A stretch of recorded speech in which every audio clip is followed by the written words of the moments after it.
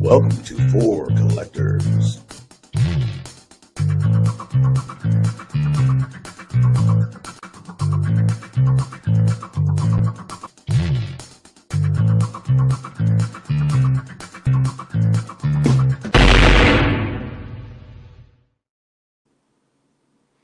Good evening, collectors. I usually say baseball fans, but I say collectors now because we're on For Collectors.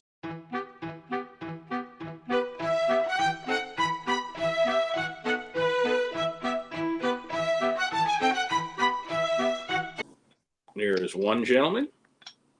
And hello, sir. How are you? There's Jason. Where did Aaron go? Uh-oh. Looks like he's frozen. Oh, there he is. You scared me there, man. Sorry, yeah, we were hearing some weird stuff backstage. Yeah, there were some sound issues going on while you were introducing. But I think we're all clear now. Yeah. Really? Yeah. Oh, all right. Well, I should say that this is the first episode of any YouTube where I'm in my new card room. My card room is now moved into a whole other room, and I have this brand new display behind me, which is like twice the size of my old display. And I've been working my butt off trying to construct the display cabinets, and then today I was putting everything in. So you guys are here for the first time when I'm having my display. The thing is, though, that it's a separate part of my apartment that is farther away from the Wi-Fi. So looks like I'm on full power right now, full Okay. Wi-Fi. But if we get any issues, that might be one of the problems. But anyway, how are you this evening, gentlemen? Very good, my friend. Thank you so much for having me on. I appreciate it. And I love being on with my buddy Aaron, so all is good. Absolutely. Well, yeah, glad to hang out with you guys. You guys and I, the three of us, are of like mind when it comes to the subject of this particular show. And like I said, the inspiration from this is because Jason was showing off some really cool pre-war vintage, and I left a comment on your video saying essentially oversized pre-war for the win. So I'm like, wow, that sounds like the title of a show. So here we are. No, that's perfect. Tell me, Aaron, how that concept sort of fits into like the theme of your channel. Yeah, gosh, I mean, I feel like that's where I almost specialize now. I've gotten away from the, I mean, you call like base cards for modern stuff. There's base and all these special things. I kind of call it like base vintage and base pre-war. It's, the Gaudis and T206s, like even at a good card show, you see all those things, but the exotic, the big, the unique, that's the stuff that you might not see in a year. So when I see that stuff, it's extra exciting for me. So that's the stuff I've kind of been diving into. That's my specialty at this point, I think. Well, I remember you had early on in your channel, you had that sort of back and forth with Mangini, who I should mention is also of a like mind to the three of us.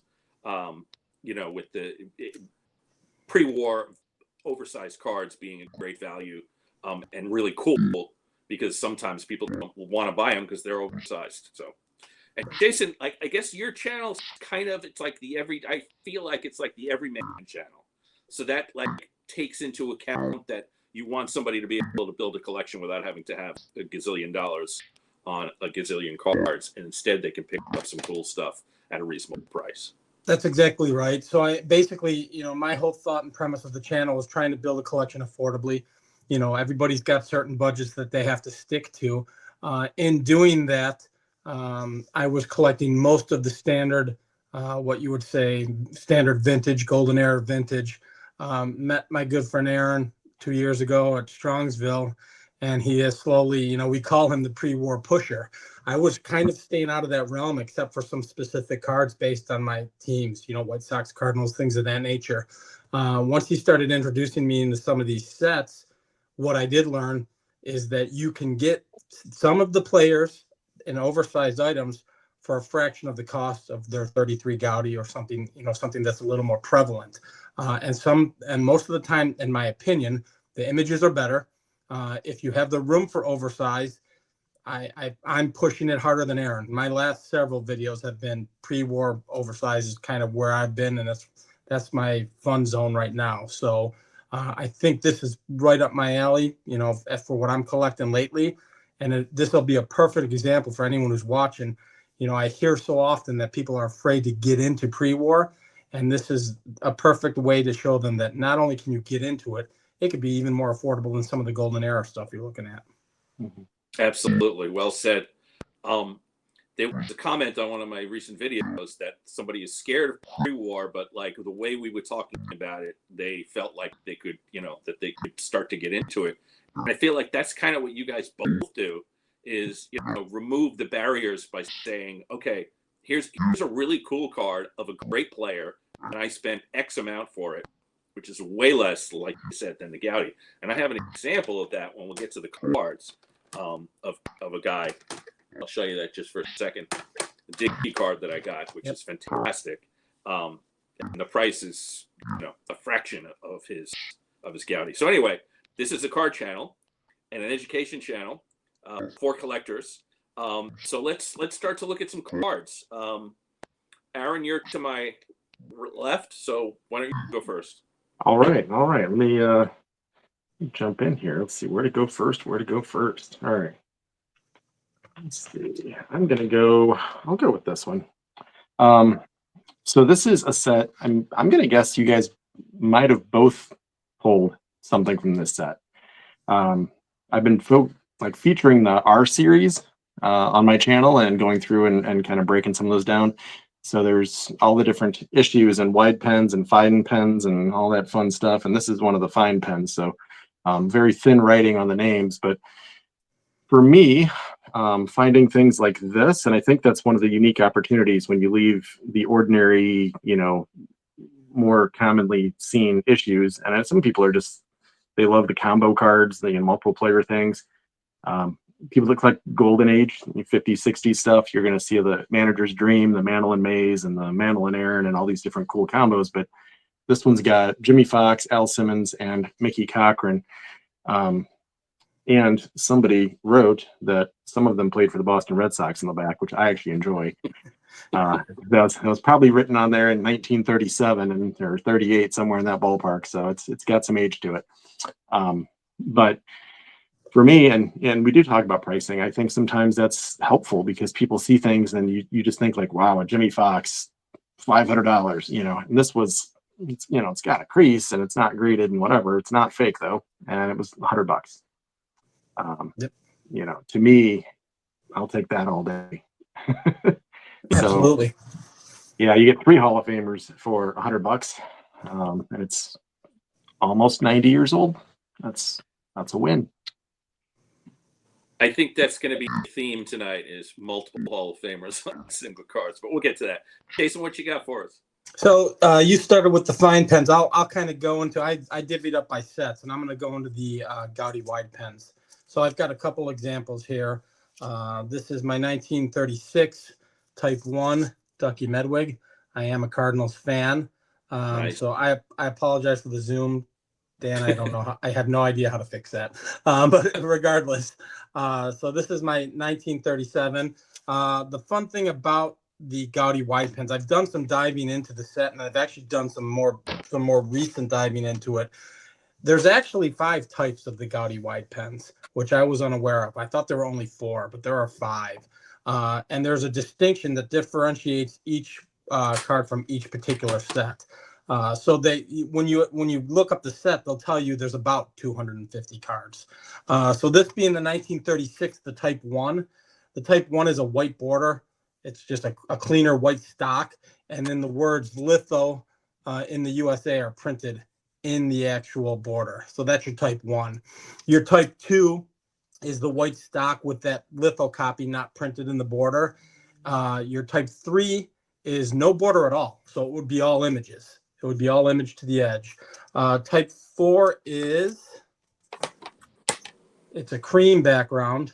So this is my Type 4 Luke Appling. So it's a cream background with no litho in the. I'm sorry. This is This is a Type 4 cream back. Although here's the funny thing: it says litho in the USA. It's not actually in there. So this would be considered a Type 4. And then the Type 5 is a cream background with Canadian players only, which is what I just learned today. I will tell you this. What I learned is a lot of people are calling these Gaudi wide pens, and they're actually part of a Canadian set called the designated as a V352. So I just looked up V352s just for the heck of it before we jumped on. This exact card was online as a V352, although it's designated as a Type 4 Gaudi wide pen.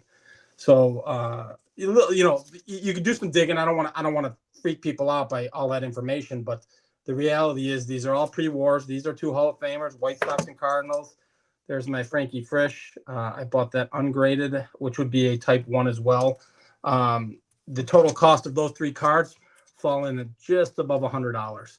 I bought them. So depending on what you want to do, creases and things of that nature, if they don't bother you, you can really score a deal. I bought the Ducky for $38, the Appling for $43, and the Frankie Frisch for $25. And I had these graded. They were in such great shape that I had them graded. But we're talking about 3 legendary Hall of Famers. All 3 of them are on teams that I follow. And how do you go wrong with that? It's incredible what the Gaudis would go for in comparison. I've got the Luke Appling 34 Gaudi, and what I paid for this was almost 10% of what I paid for the actual 34 Gaudi. So that's the theme that'll keep popping up when I'm showing stuff for certain. I think we're all going to be like that. So you mentioned the R cards. I'm going to actually go chronologically backwards. So I started in 1936, and I think my last one is 1913.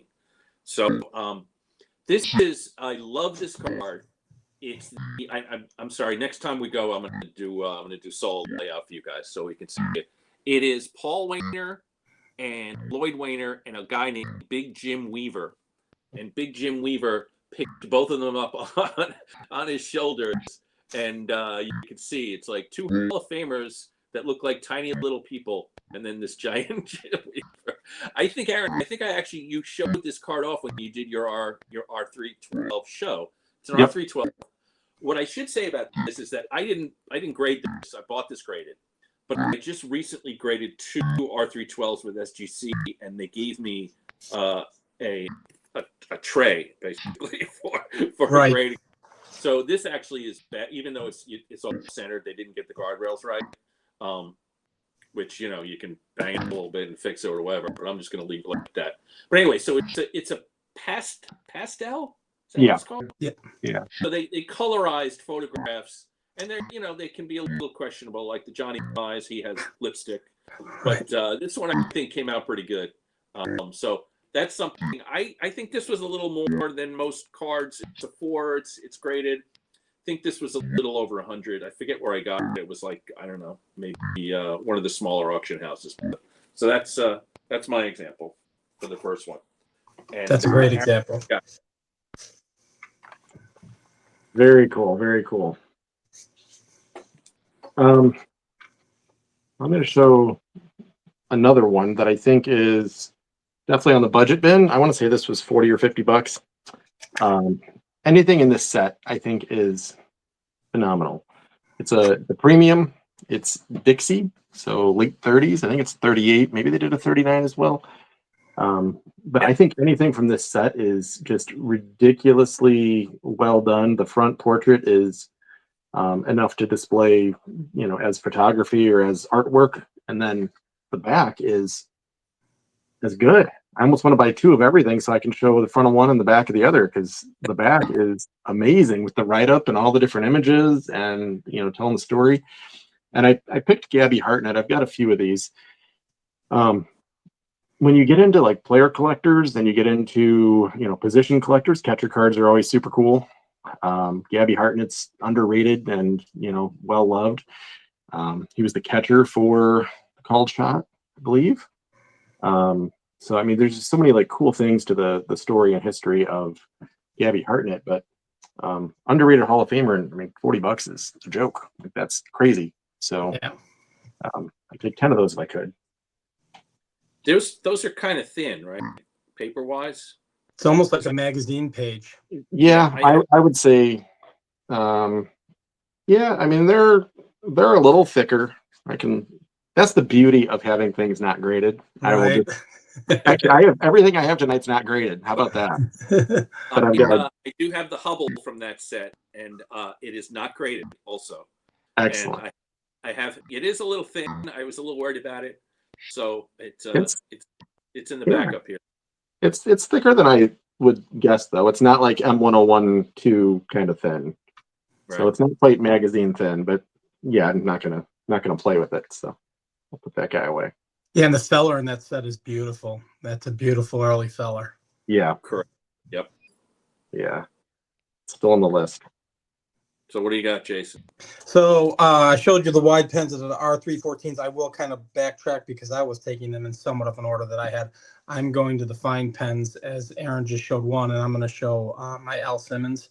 At this point, I believe he was with the Detroit Tigers. This would have been in 1936. 120 cards in the set.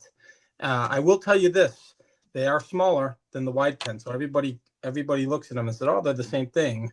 The wide pens are 3 1/4 by 5 1/2, and the fine pens are 3 1/4 by 5 3/8. So an 1/8 inch shorter, top to bottom. So when you lay them on top of each other, which I don't know if you'll be able to see that here, you'll see that the Frankie Frisch is longer top to bottom than the Simmons. So, if you couldn't figure out that fine pen is a finer signature and the wide pen is the wider signature, the other way you could distinguish it would be by size as well. But again, blank back.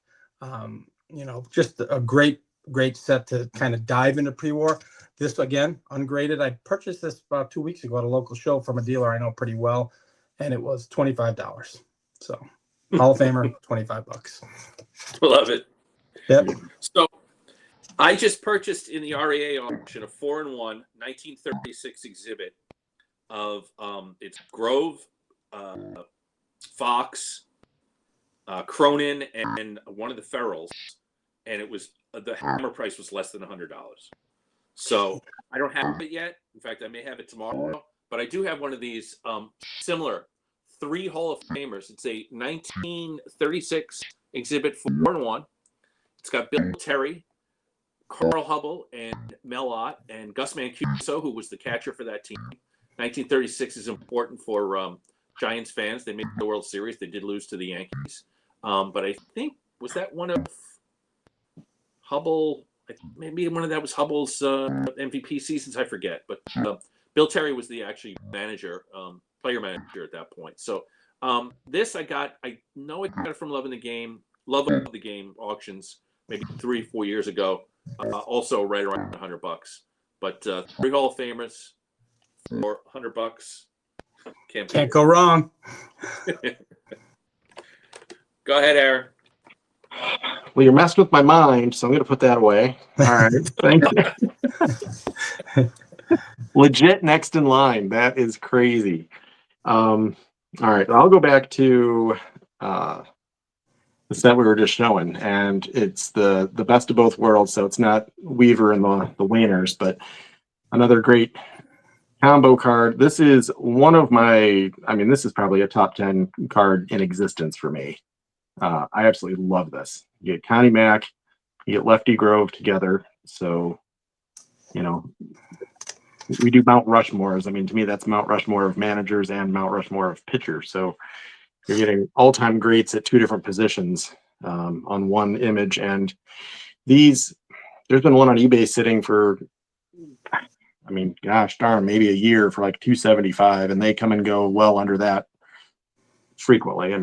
There's not 4 of them on eBay right now, but they'll move every year for $100 and something bucks. So to me, you need a Lefty Grove. That's a great way to go. Got me thinking now. You got me thinking. Do it. That's a favorite. So many years. That's 36, right? Yeah. So I think Grove was traded or sold to the Red Sox right around that time. So I wonder if he's throwing angry darts from his eyes at Mac in that photo. That's why they're sitting apart. Yeah, that could be. It's your turn, Jason. What you got? All right, so I'm going to show you one of my favorite sets of all time now, and it's always been 56 Topps has been up there as one of them. This has quickly become one of my favorites, and we'll get into it a little bit as to why. This is my 1929 Cashin Red Faber. So the Cashin set is designated as the R316. They are blank backs, but you will see there's a little tint. It's almost like a scum dot which is a common thing on the backs of these cash-ins, and there's almost like a border around the edge of it. So don't be startled if you're picking up cash-ins and you see that. I picked this up for, I think, right around $100. There's 101 cards in the set. These cards are roughly 3.5 by 4.5. They issued them in four different times. And the one thing that they did do on purpose throughout the four releases, in every single of the four releases, they released the Babe Ruth. So he was basically 4X'd on this particular set as they went out in waves of four. So that being said, there's an opportunity out there for, if you want to get an affordable Ruth, this might be the way to go for a plain days affordable Ruth. There are technically four short prints because of that. They were yanking players out to put Ruth into all four of the releases. But quickly has become my favorite set. I've said it on my channel, so it's no surprise. At Strongsville, I purchased the Babe Ruth, and I actually purchased it off of my good friend Aaron, who's on this live stream or stream with me. So, and I had just gotten the news today that it got a grade. So it did get a grade. It got a number. It's on its way back, which has then led me to believe that I have the opportunity or ability to possibly go for the Hall of Fame run in the 29 cash-in set. There are some other big cards. Melot's a big card. Gehrig is obviously a big card. And when I say big, comma cards, those are both comma cards. But all the rest will probably fall in around, if you're looking at lower grade, 500 and under, or 400 and under. And I don't need high grade stuff. So this 3.5 that I showed of Red Faber is probably going to be the highest grade I own for this set. But just a beautiful, beautiful set. I think I said 3.5 by 4.5. 101 cards in the set total. So, well, I'll show you one of those Hall of Famers. This was in my. I'll pull this out because it is a cash-in, but it's a 3 of the Lefty Grove. It cost me $300, which is right around comps. So, and the pictures are beautiful. I actually have the Mo Burke now, and also Ralph Terry, and who else do I have? A Rabbit Moranville. So I picked up like a pretty good number of them. Very reasonable prices. Yes. Moranville, I think, cost me $45 on eBay, and then I graded it. It came out of 4. So right. So my next choice here is the. I've got 2 of them, and the reason I got 2 of them is because they're 2 very different types of cards. But it's the 1936 National Chickle R313. So there's 2 of them here. One is I wanted to show Cronin first. Joe Cronin in a 5.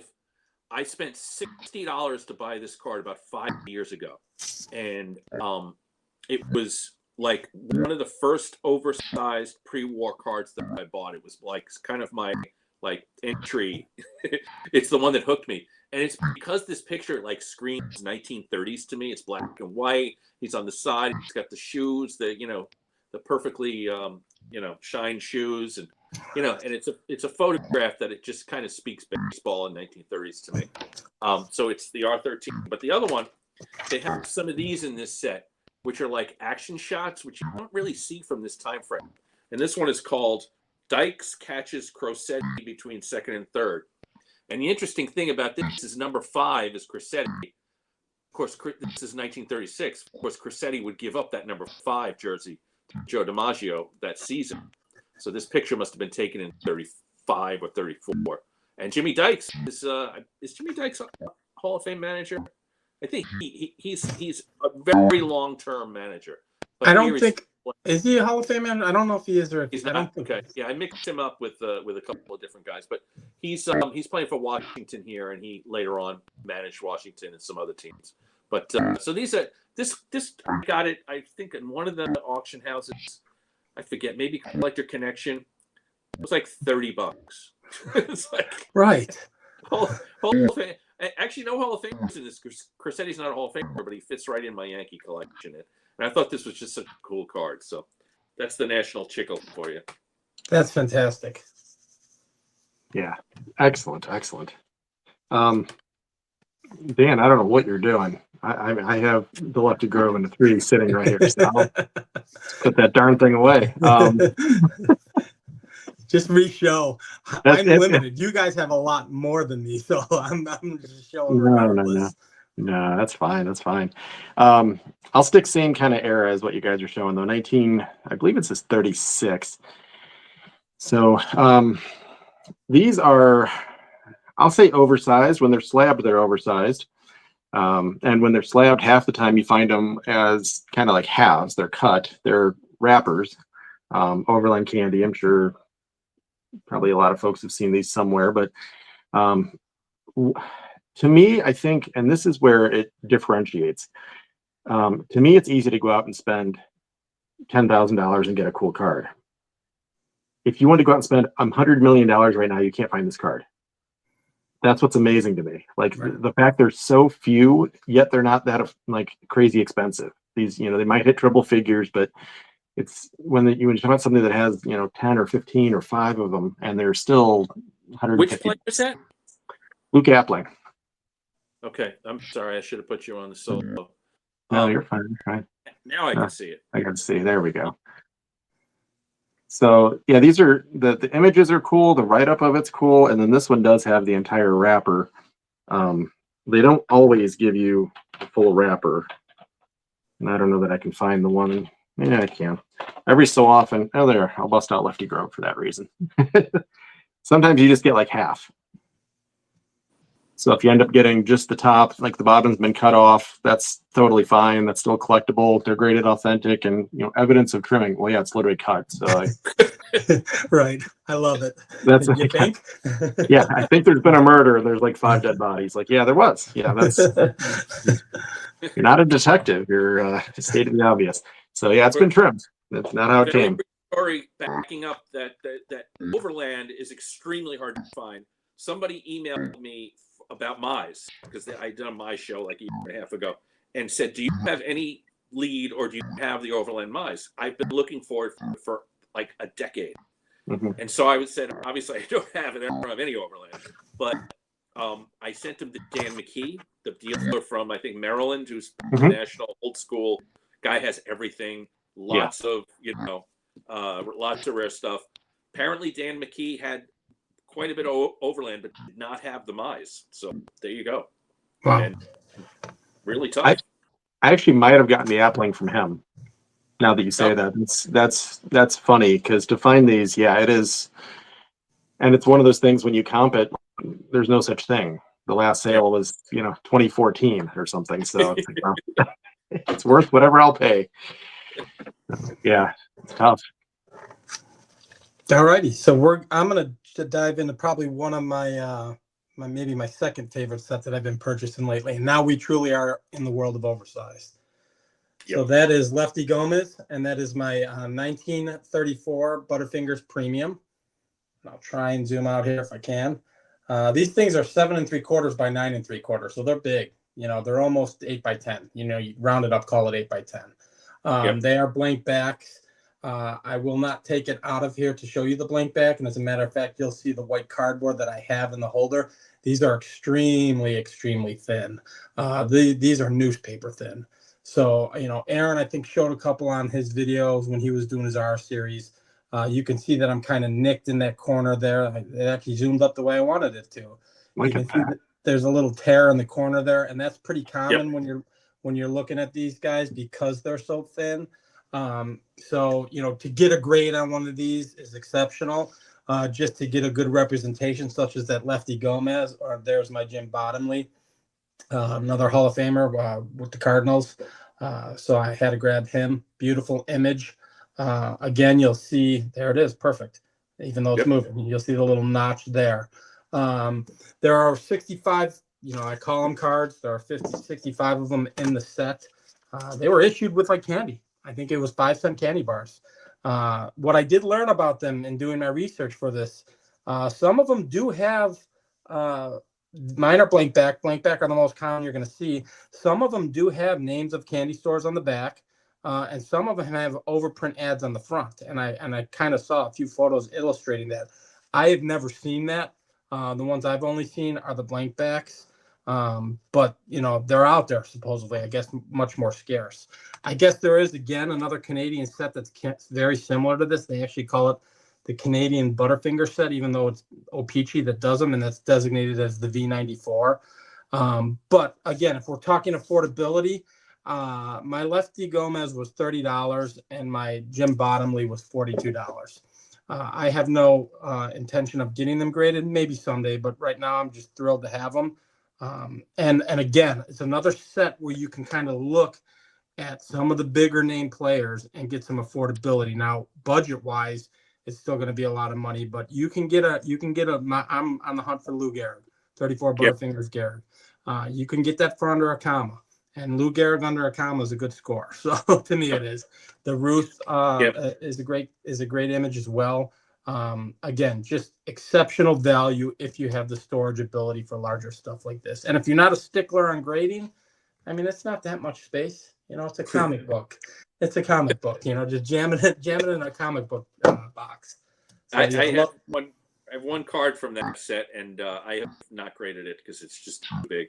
I don't want the gigantic slab. Yeah, and you do see the Gehrig pop up in auctions occasionally. A lot of the times you see it, like you said, with nicks or a little corner missing or something. But I was looking at them for a while as sort of an entry level Gehrig, but that's a few years ago now. I did see the Ruth recently in an auction. I don't remember which one. It might have even been REA, but they're out there. They're not that well, circulated, but they're out there. So yeah, I think Howard had the Gehrig at Strongsville, and he was under a comma. Right? Yeah, and then didn't we see the Ruth in like a 5? Yeah, somebody had 4 or 5. Yeah, I mean, it was ridiculous. Silly. Yeah, so completely crazy. I'll give myself a solo here, and So Jason told us everything we need to know about these, the Gaudy white pens, the Opposite R314. This is the Type 1, which, as described, has the litho and the white border. This is another Cronin. The great one about this is that I got this raw from the original owner, actually the grandson of the original owner. A friend of mine in music business, in the music world, had a friend who his grandfather passed away and left a big collection of cards, including a lot of these like premiums from the 30s. And this is one of them. And he sent it to me. I bought it for, I don't know what it was. It was maybe $60, $70. And then I sent it in to grade, got a 4.5. I thought it actually should have done a little bit better, but what are you going to do? So that's perfect. That's beautiful, though. Yeah, and great photo too. Yeah, very 30s. Sir, very cool, very cool. All right, I'm going to bounce into my next two. Will be a little thematic because the images can be shared. So I'm going to go 1916 Ferguson Bakery. Everyone's gonna love the little pennants. Oversized / unique / super cool. So I thought I would try and keep Jason happy and show an Eddie Collins. Keep Jason jealous or happy? Nah. You can grab one of these anytime you want. They're out there. They're pretty tough though. Actually, I've been looking for Mordecai Brown and a couple others. They come in multiple colors, which I think most folks know if you know anything about these things, because that's part of the fun of the entire set is that you can find them in all these different color variations. The image that you see on it is going to be shared with the M101 4 and 5. Yes, I believe so. Yeah, so you get a really cool image. You get the name on there, you get the team, and then I only have one Eddie Collins, so I'm failing at my Eddie Collins collection. I'm up to 3 so far, which is what makes them fun of Sisler. So I'm getting there. But it is neat to see just the same thing in all these different varieties. Most players, I want to say there's 5 or 6. I'd have to defer to probably Doug, who's diving in on these too. So reach out to him and see if he's got a definitive answer. But I want to say there's 5 or 6 different colors for most players. Yeah, he's So, got he picked up a great one at Strongsville. He picked up a nice one. So yeah, that was a cool one. But they're reasonable. I think they're generally. I mean, the Sislers I was probably picking up for about a third of what an M101 4 or 5 would be. So and Collins was, three figures, but not breaking the bank, hundreds right. or 200s. It's reasonable. Yep, I agree. And just very cool. If you like something a little bit different, right? I think they're phenomenal. I am going to go with. I'm going to show what really kicked me and got my juices flowing and Oversized. I wanted an image of this player. His cards, in any relatively decent shape, can get a little pricey. And I picked up this item for probably half, if not a third, of what his cards go for. So this is the 1936 National Chickle R311 Glossy of Dizzy Dean. This is a BBG2. So glossy being kind of a white stock. It's got a gloss to it and a sheen to it, blank back. There are 3 subsets within the R311s, and I hesitantly say 1936 because I think as you do a little more research into these, you'll find out they were making them from 34 to 36. I think most people refer to them as 36. But as I mentioned, there's the subsets. So you've got your glossy, which I'm kind of showing here, which is a white gloss. And then you've got your leather finish. And this is by far one of my favorite images on a baseball card / item of all time. And that's my Jimmy Fox leather finish National Chickle Premium. So there were 28 glossies and 15 leather finish items. And if you can see, the leather finish, it's almost like a stock, like a crinkle, like a leather stock finish. You can ignore my tape marks. That's another reason I got this at a bargain, because that doesn't bother me. Doesn't cross the image, doesn't, and still looks fantastic. So, again, 38 or 28 glossy, 15 leathers, and then 17 football cards. So I guess my understanding behind the set, and if you guys know more, feel free to correct me. You would redeem wrappers. I'm thinking for Diamond Stars and things of that nature. You would redeem wrappers, and 15 wrappers would get you one of the baseball images, and 20 wrappers would get you one of the football images. So I thought that was kind of interesting that the football images came. You had to get 5 more wrappers in order to get the football, but I actually, and you guys are familiar with these. Both of you are very familiar with the leather finish. Just beautiful, beautiful, beautiful items. And again, nothing that needs to be graded. I'm being swayed quickly on the keep it raw. Well, I'm about to tell you that I got my leather finish graded, and it's post grading at SGC. It hasn't popped yet. Okay. The Yankees team. Yes. It's the Yankees team one, and it's a leather finish, and it's got Derrick in it, and like 4 other Hall of Famers, and these like classic 30s Yankees cards in the background, and it cost me $80 hammer price at REA. I remember when you won that. Yeah, that was a super big. That was a great get. I actually subbed it. One card I subbed at Strong's. So, and it's still not back yet. So SGC kind of let me down again.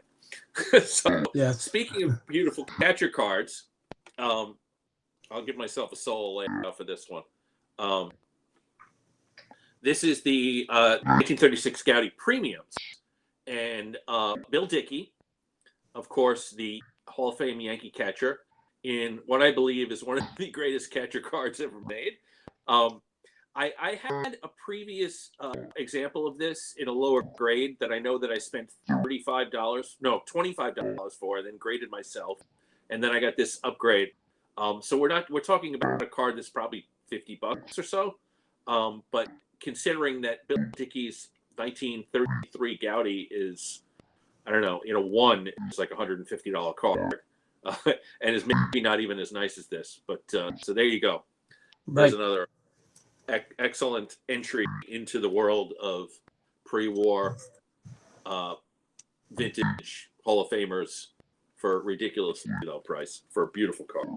And I don't mean to cut you off, Aaron. I didn't give the prices. My Dizzy Dean and the BVG2 was $175, and I paid up a little bit for this, but it was still $186. So you're talking under $200.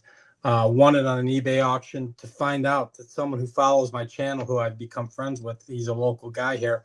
He texted me shortly after I did the video a couple weeks ago and said, I was the underbidder on that. I said, well, we need to get in touch with each other better. I said, we need to figure this out. Now that we're buddies, he was just kind of laughing. He's like, no, I'm glad you got it. So That's awesome. Very good. Very good. Yeah, for me, I know I feel like some people consider that like taboo to talk dollars and things, but it's a fact. I mean, I feel like sometimes we'll celebrate like the wins, like I got this for $8, but the next one you paid 12 for, and you should have got it for 9. So I'll lose sleep if I focus on the ones I probably paid a touch too much for, and I'll feel like a hero if all they talk about is the wins. So the next one's a huge win. So how's that for a terrible lead-in? I thought that was a great lead-in. yeah.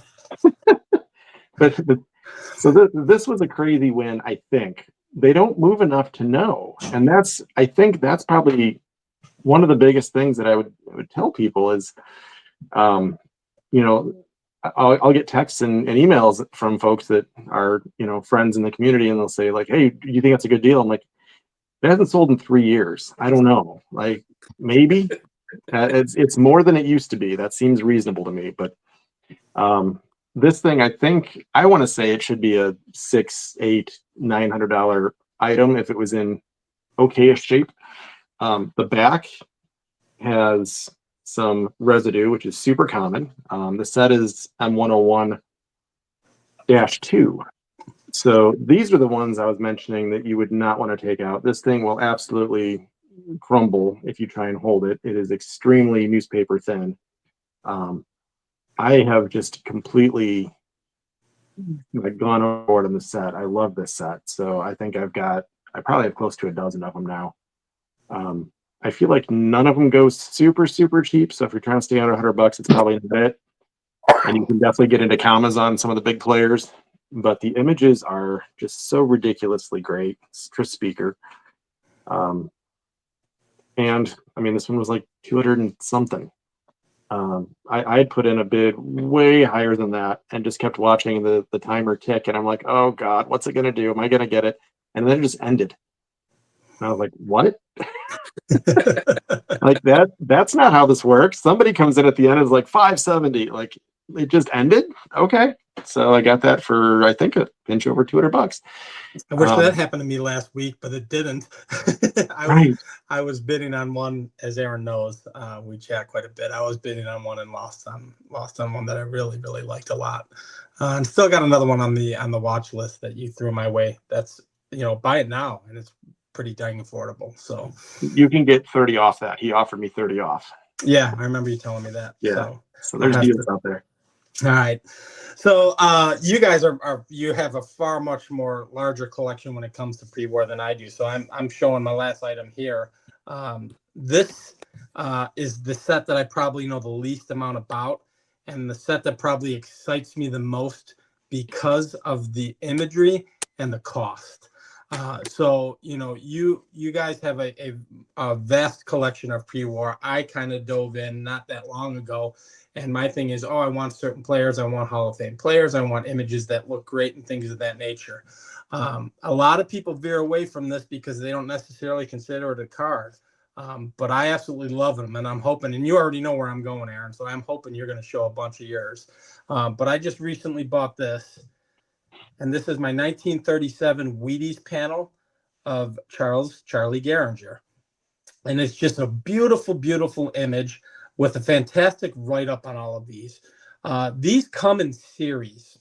Again, you can see it's actually the back of a panel of a Wheaties box as it's moving around here. You can see the glue residue on the edge. But what you'll find in these, this one isn't cut perfectly, hand cut. It's cut short. Actually, the top and the bottom did have some orange on it on the full panel. This one does not. But if you can put that aside, and it's still a great piece, it's squared off pretty well, you can get these for just a steal. I purchased this for $37. So this is Charlie Gehringer.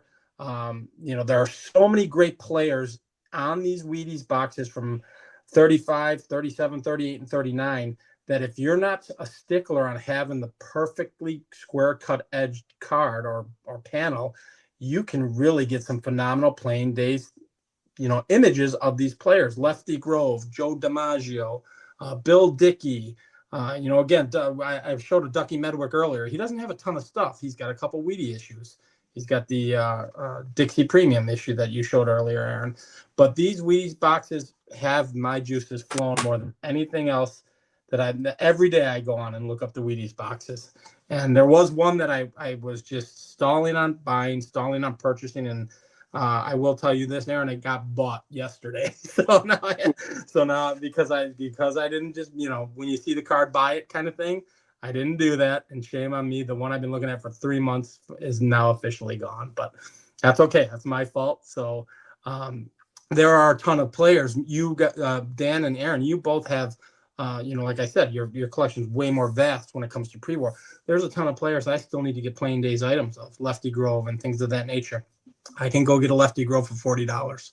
Not cut perfectly, but it still looks beautiful like this. And if that's good enough for you, it's plain days and it's collectible and the images are fantastic and the write-ups are awesome.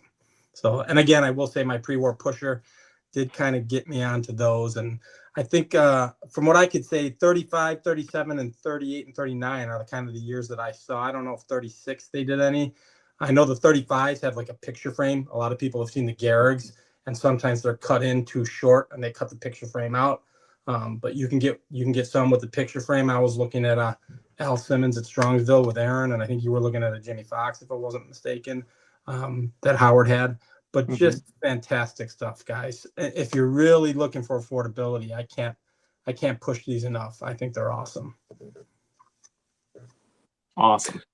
I love them. Yeah. I have this set. It's the 1934 Gold Medal Flower.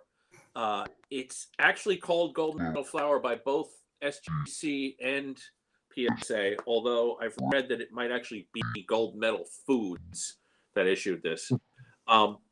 It's only the Tigers and the Cardinals who played in the 1934 World Series. So this was actually issued probably during the winter after the World Series. And so I'm kind of excited about this because I have the Martin in a set that I bought from Howie Chasser in Hofstra, I believe it was. I love this card. Again, another picture that like personifies 1930s for me. If you look right there, there's that guy with the giant hat in the background. That's awesome. And then Martin, he's got that very sort of 30s uniform going on. I also got the Frankie Frisch. I bought this in Philly, I don't know, maybe a year ago. A little more, probably March of 24. Again, perfect photo, very much like the times. And, it's he's the player manager. I also have Cochran from this set, but the one that I don't have, which I would like to get, is Disney Dean, which Howard Chasser had at Strongsville, but the price was a little too much for me. Both of these, by the way, this was about 120. This was maybe 90. So, for those, that quality of a card in Hall of Famers, actually, Martin is not a Hall of Famer, but he should be. Frisch certainly is. Absolutely amazing. Pretty low pop, but not possible to find. But just terrific cards for if you're going to get into pre-war, like I would recommend that set. Absolutely. That's a great Dizzy Dean too. It's a fantastic image. I'll get it eventually.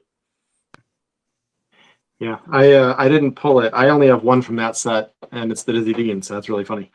I don't have any of the other ones, so you got me beat on every card except the one I do have is the Dizzy Dean. So that's interesting. But and the Howard topic is fun. I'll show two just to pair them because I walked up to Howard's table and I've done a couple deals with him. I kind of introduced myself in person, but I've done deals on Facebook with him. So messaging and getting things done. So I bought a couple of bigger cards from him, but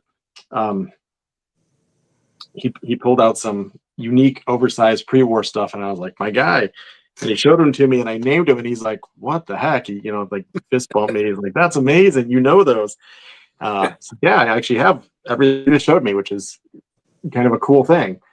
So there's this one, which I think is for Jimmy Fox. That's about as good as it gets for images. So Yep. instead of going little play ball, you get to go Spencer shoes and get 8x10, or I didn't research it. Maybe it's 7 7/8 by something. I don't know. It's 8x10ish.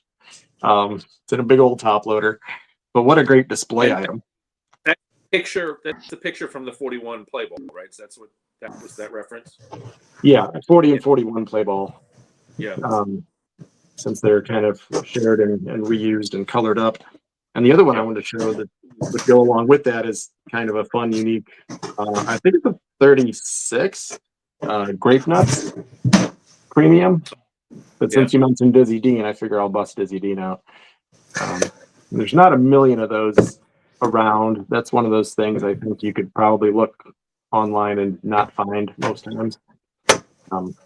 So I was pretty happy to have that pop up and be able to add that to the collection. So, and those are, again, it's more so you don't see them. The Spencer shoes I didn't know was a thing until it was shown to me and became an option. And then Howard had one, which was crazy random, but I mean, they're $200-300. That's like a low grade play ball. And the play balls, you can go on eBay right now and buy 3 of them if you want to. Good luck finding Spencer shoes. So that's what makes it cool, is it's that you have something that isn't readily available. That's what gets me pumped about this stuff. Yep, that's awesome points. So I'll race through a few since we're at 52 minutes. So I'm gonna don't want to play with the algorithm and go over an hour. So this one has a story. It is you never see these. It's the 1929 30 exhibits 4 and 1. These are coming like multiple different colors. There's like yellow and red and some others. But I bought this card at the back of an auction for $12. Wow. I am absolutely telling the truth. And it was like nobody knew what it was. And so it has Heine Manouche. It's all St. Louis Browns. Wally Shang is in here too. Not a Hall of Famer, but could be. But it's a whole and check this out. 1929 was Heine Manouche's first year, so this is technically a Hall of Fame rookie card that I got for $12. Wow, that's fantastic. And then I graded it, and I thought, I was hoping it was going to be authentic, but as you can see, it got a 2.5. So $12. This is probably worth like over 100 now, but you got to find this stuff. Yep. This one I spent, I think, close to $100, but it's been a while.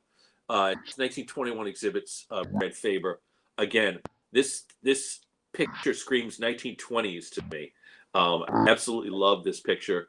The uniform, the background, the color, there's no color. It's black and white, obviously, but the sort of shading of it feels very baseball in the 1920s. So Hall of Famer, I think I spent maybe 120 on this one. Brockerman Auctions did a thing with a bunch of raw copies of the W517. I picked up the Terry and the Jack Quinn, both of them raw. I graded both of them. I wasn't sure if they were real. So I sent a message to Scott Brockerman, who said, I guarantee you those are real. If they're not, you send them back. And of course, they're both graded. This one got an A because you can see the bottom is cut off. But I mean, it's a Bill Terry. I think this was like $80 for a really rare release. And, Hall of Famer, early Bill Terry, 1929, no, 31. So it's not a rookie, but it's damn close. It's before his Gaudy card, certainly. And I got one more. I think these cards are one of the greatest bargains in pre-war because you get Hall of Famers in almost every single one of them, and you get this cost me, and you can see it's there's a crease right there, but a lot of this is paper thin. Also, these do have issues with quality, but you get in this one, Mordecai Brown is in there and Joe Tinker is in there. But the reason I bought it, shout out to our friend Orlando, is because both Almeida and Marsands are in this, the first two Cuban players to appear in Major Leagues. So this card has a lot of history going for it, and got Hall of Famers, and I think it was about 200, maybe, I forget. But you can get the Fatima cards have. There's the Giants with Mathewson. There's the Cleveland with Jackson. The Giants, I think, also has Thorpe in it. And those get a little pricey. But considering what you would pay for a Jim Thorpe card otherwise, you get a lot of value out of these Fatima or Fatima cards. They are the 202. No, the T200. T202, I believe, is the 1914 Fatima. These are 1913. So that's all I got. Man, what a round collection between the three of us, right? And I know, Aaron, you were nice enough to kind of pull back because I know you've got like 10 of everything that I showed. That's why I was like, all right, have at it, my friend, go crazy. But yeah, I hope that people get out of this that you can get into pre-war for a very affordable rate, because that's the premise here. Well, I would encourage people, because not just this For Collectors, but both of your channels are incredibly educational in terms of somebody trying to get into pre-war, understanding that you don't have to spend $500 for T206 or a Gaudi. You can get something for $20-$30, and suddenly you have a Hall of Famer in a beautiful card, or 12. Right, exactly. Or 100. If you spend $100 and you get like a high-end Hall of Fame player with a beautiful card that speaks to the history of that part of the of that era of the game, that's great for a collection. So I thank you both, gentlemen, for taking time out on a Tuesday night. This will air Wednesday, and showing us some of your great cards and helping us understand why Oversized pre-war vintage for the win. Absolutely. I appreciate you having me on, Dan. Thank you very much, my friend. Yes. Had a great time with you guys at Strongsville, and I hope you have a great time again at the National. Looking forward to seeing both of you. So that's it. I'm going to hit the end recording. It's going to play the little outro that we just put together. We put together. Like I did it. It was Theo and John. So. Anyway, good night, guys. Take care. Love my hobby. Keep collecting baseball cards. But hey, we want to keep the lights on here at For Collectors Studios, so hit the like button for us, guys. So thanks everybody for coming, and we'll see you next time on For Collectors. All right, guys, have a great rest of your night. Subscribe to the For Collectors channel if you haven't done so yet, and we'll see you soon. All right, guys. Clemente Collector has said we hit a grand slam, so that makes me feel good.